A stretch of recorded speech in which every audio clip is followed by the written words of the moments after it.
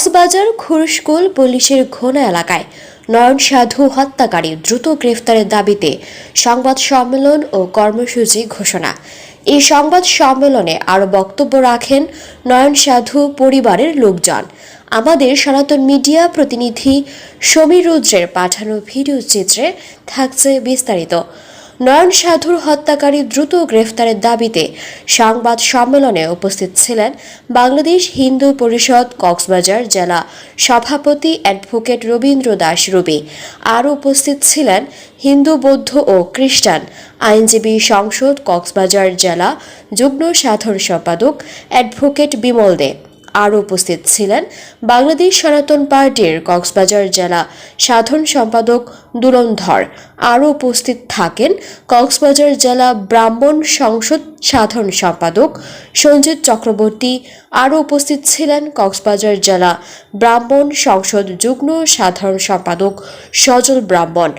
সংবাদ সম্মেলনে বক্তারা জানান এ সময় উক্ত ঘটনার তীব্র প্রতিবাদ ও নিন্দা জানান এবং দুষ্কৃতকারীদের দ্রুত গ্রেফতার করে বিচারের আওতায় আনার জোর দাবি জানান। নিহত নয়ন সাধুর পরিবারকে আইনি সহায়তা সহ সার্বিক সহযোগিতার আশ্বাস প্রদান করেন। বাংলাদেশ হিন্দু পরিষদ কক্সবাজার জেলা শাখার পক্ষ থেকে সবাইকে শুভেচ্ছা জানাচ্ছি। আজকে এই সংবাদ সম্মেলনে আমাদের সাথে রয়েছে বাংলাদেশ সনাতন পার্টি কক্সবাজার জেলার সাধারণ সম্পাদক, সঙ্গে রয়েছেন কক্সবাজার হিন্দু বৌদ্ধ খ্রিস্টান আইনজীবী কল্যাণ সংসদের যুগ্ম সাধারণ সম্পাদক, ব্রাহ্মণ সংসদের সাধারণ সম্পাদক এবং আমাদের সাথে আরো অনেক সামাজিক সংগঠনের নেতৃবৃন্দ রয়েছেন। আজকে আপনারা জানেন যে কক্সবাজারের খুরশকুলের রোলারডাবা পুলিশগুনা এলাকায় বিগত 19/4/2026 তারিখ রাতে নয়ন সাধু অপহরণ পরবর্তীতে পাওয়া যায় 22/4/2026 তারিখে। তো পরবর্তীতে আমরা দেখলাম এখানে পুলিশ লাশ উদ্ধার করে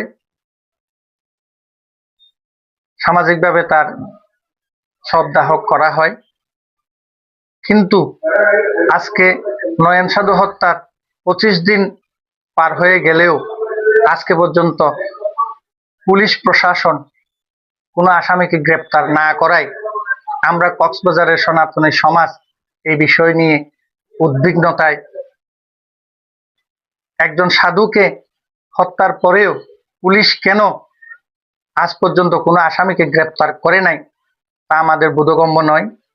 আমরা কক্সবাজারের সনাতনী সমাজ আশান্বিত হয়েছিলাম ঘটনার সাথে সাথে কক্সবাজারের পুলিশ সুপার মহোদয় এই নয়ন সাধুর শিবকালী মন্দির পরিদর্শন করেছিলেন, ঘটনাস্থলে গিয়েছিলেন এবং সর্বোপরি আমাদের জেলা প্রশাসক মহোদয় শিবকালী মন্দির পরিদর্শন করেছিলেন, ঘটনাস্থলে গিয়েছিলেন।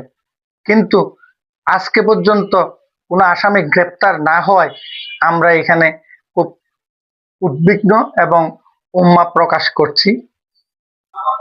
আর খুরশকুল পাহাড়ের মধ্যে দেখেন শিবকালী মন্দির, হরগি শিবকালী মন্দির মধ্যে আর উপর শিশু আছে নয়ন সাধুরা দিয়ে মারি ফেলে 25 দিন গত আজ হন আসামির হন 29 পাওয়া যায় এবং হন গ্রেপ্তার নয় হারনারা হন মন্দির চারিয়ারে এখন আই গুণাগারা বসবাস করি।